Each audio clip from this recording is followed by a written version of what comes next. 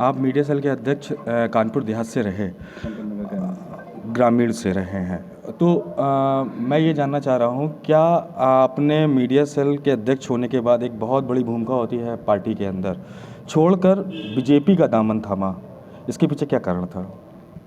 सबसे बड़ी बात तो ये थी कि कांग्रेस पार्टी अपनी जिस विचार मूलधारा से मैं जुड़ा था उससे वो भटक चुकी है।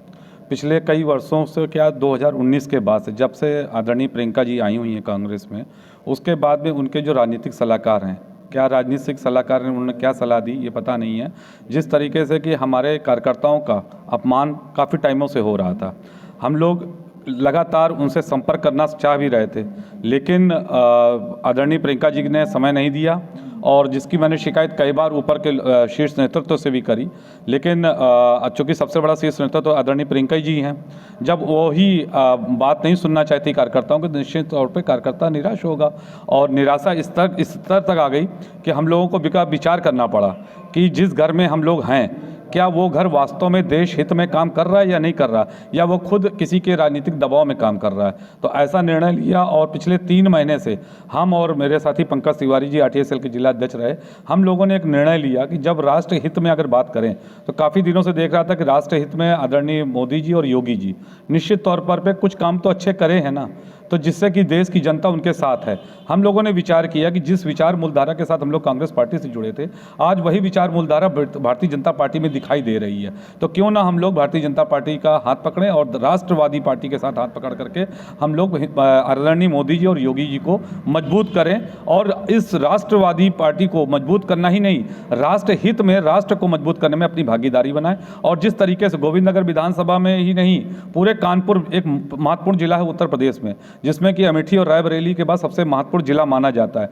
जहां पर हमारे साथी आदरणीय डॉक्टर शैलेंद्र दीक्षित जी ने पिछले साल 1 साल हो गया संगठन को मजबूत किया। 2012 में चुनाव भी लड़ा था, सम्मानित वोट पाए थे, और 2017 में गठबंधन से चुनाव हुआ था जिसमें उनका टिकट काटा गया था। लेकिन अगर उनको टिकट की वजह से एक ब्लेम लगाया जा रहा है कि उन्होंने टिकट की वजह से पार्टी छोड़ दी, तो मैं उनके पहले ही पार्टी में चला गया था, मैं तो टिकट नहीं मांग रहा था, जिस कारण मैंने पार्टी छोड़ी वो मूलधारा।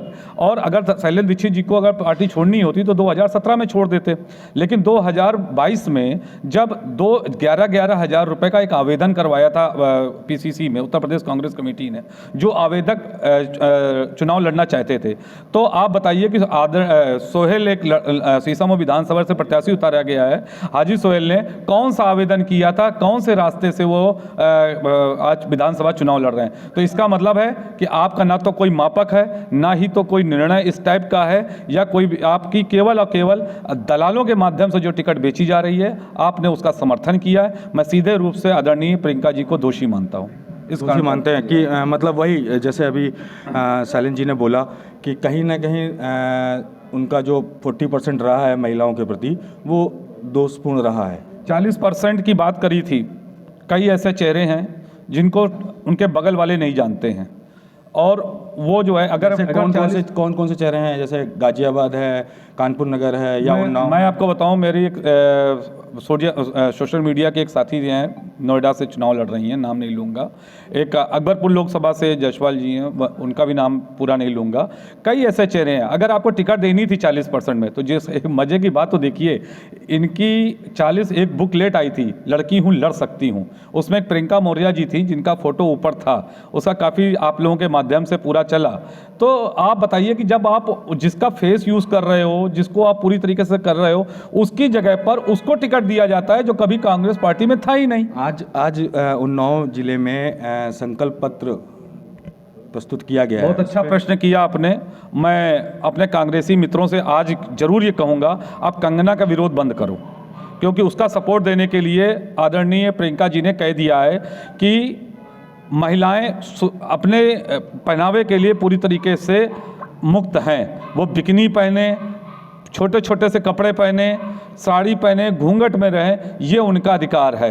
और मैं पूछना चाहता हूं आदरणीय प्रियंका जी से, आपने उस वक्त हम जैसे कार्यकर्ताओं को क्यों नहीं रोका था, क्योंकि मैं भी उस अभियान में शामिल था, जब पद्म श्री पुरस्कार दिया गया था कंगना को, तब उनकी कुछ ऐसी फोटोएं समाज के सामने लाई गई थी जिसमें वो छोटे वस्त्रों में, कम वस्त्रों में दिखाई दी थी। अगर आपका यही ज्ञान तब आ जाता तो शायद आज उन्नति उद्यान न होता, आज कुछ और उद्यान होता। मीडिया सेल के चेयरमैन रहे हैं। भैया मैं आपसे भी बात करना चाहूँगा, आपका क्या रहा कि आपने बीजेपी के साथ सम्मिलित हुए हैं सभी लोग एक साथ? देखिए, सबसे बड़ी बात यह है कि कांग्रेस में जिस मूल्यों और सिद्धांतों को लेके हम लोगों ने अपना NSY से सफ़र जारी किया था, और आज शहर कांग्रेस कमेटी में सौभाग्य रहा कि हमारे भाई पारिवारिक सदस्य डॉक्टर शैलेंद्र दीक्षित जी के साथ हम लोगों ने काम किया। उसके पहले हरप्रकाश जी के साथ रहे।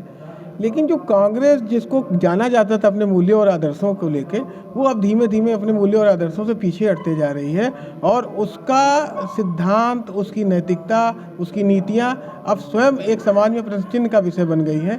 कांग्रेस के जो कार्यकर्ता हैं, आप कांग्रेस के कार्यकर्ताओं की उपेक्षा करते हो, कांग्रेस कार्यकर्ताओं को आप नहीं जोड़ते हो जो वर्षों से अपने घरों में हैं। कांग्रेसी जो निष्ठावान है, आपके प्रति समर्पित हैं। कोई भी दल तभी जो है आगे बढ़ता है जबकि उसके पास समर्पित कार्यकर्ताओं की फौज होती है। आप उनको उपेक्षित करके आप सड़कों पर सदस्यता के कैंप लगाते हैं, और जो गलियों में रोज आपकी वजह से, आपकी पार्टी में होने की वजह से, सदस्य होने की वजह से उपेक्षा का शिकार हो रहे हैं, उनको आप नहीं पूछते, उनके दर्द को नहीं आप मान करते। जब आपको चुनाव का टिकट देना होता है, आप देखिए एक ऐसी पार्टी है कांग्रेस जिसमें हरप्रकाश अग्निहोत्री जैसे आदमी जिसने 48 साल कांग्रेस को सींचा अपने खून पसीना से। हमने लोकसभा गवाई 2019 में, लेकिन हमने 1 लाख वोट बढ़ाए। उस व्यक्ति ने उसके योगदान को, उसकी अध्यक्षी में बढ़े, उसको नकार के आपने सीसामऊ में एक बाहर से आयातित प्रत्याशी ला के आपने उसको दे दिया। आप नेहा तिवारी को लाते हैं, आप महिलाओं को आगे बढ़ाने की बात करती हैं। माननीय प्रियंका जी, ये बताएं कि खुशी दुबे 2 साल से बंद है, आपने उनके लिए कितने आंदोलन किए? क्यों नहीं? प्रियंका जी ने तो राहुल गांधी को भी उत्तर प्रदेश में आने के लिए रोक रखा है। वो इसलिए रोक रखा है क्योंकि उनको ये मालूम है कि जो उन्होंने एक भ्रम फैला रखा है कि मैं लड़की हूँ, लड़ सकती हूँ। वो लड़की हूँ, लड़ सकती हूँ, वो फेल हो गया है, उनका स्लोगन फेल हो गया है, और परिवर्तन का संकल्प जो उन्होंने नारा दिया है वो पूर्ण रूप से एकदम धूमिल हो चुका है। उस नारे का कोई औचित्य नहीं। क्या उत्तर प्रदेश का जो सीएम का चेहरा होगा वो भी क्या महिला ही होगा?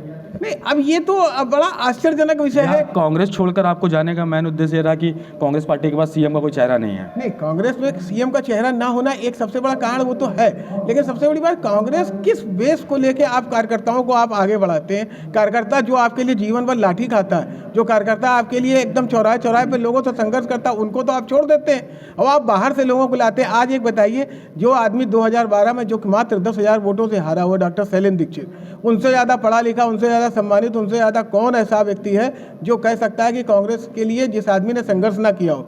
आज की तारीख में जो उन्होंने कहा, जो एक एक घर से निकाल के कार्यकर्ताओं को पुराने बुला के हम लोग जैसे कार्यकर्ताओं को अपने साथ जोड़ा, उस आदमी को आपने टिकट नहीं दिया।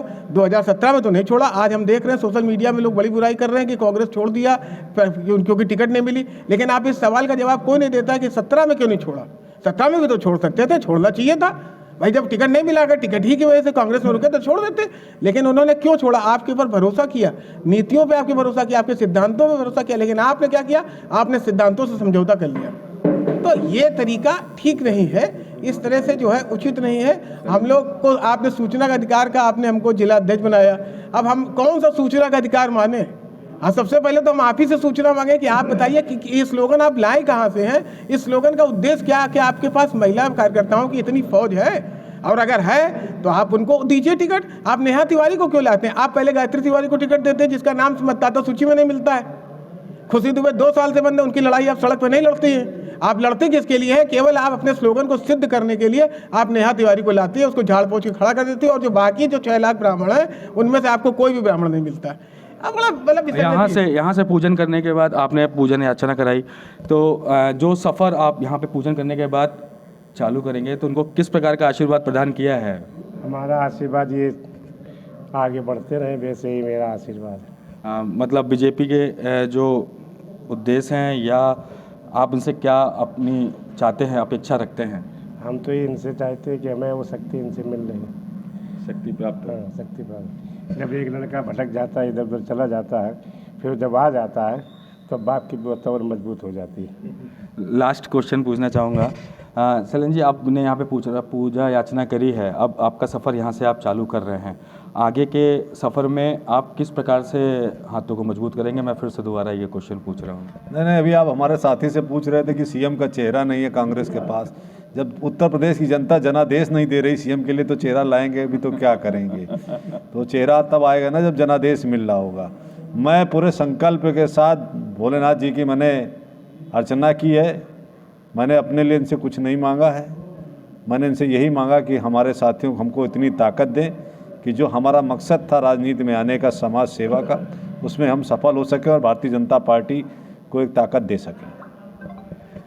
साधना न्यूज़ से समीर गोयल, कैमरामैन ललित गुप्ता के साथ।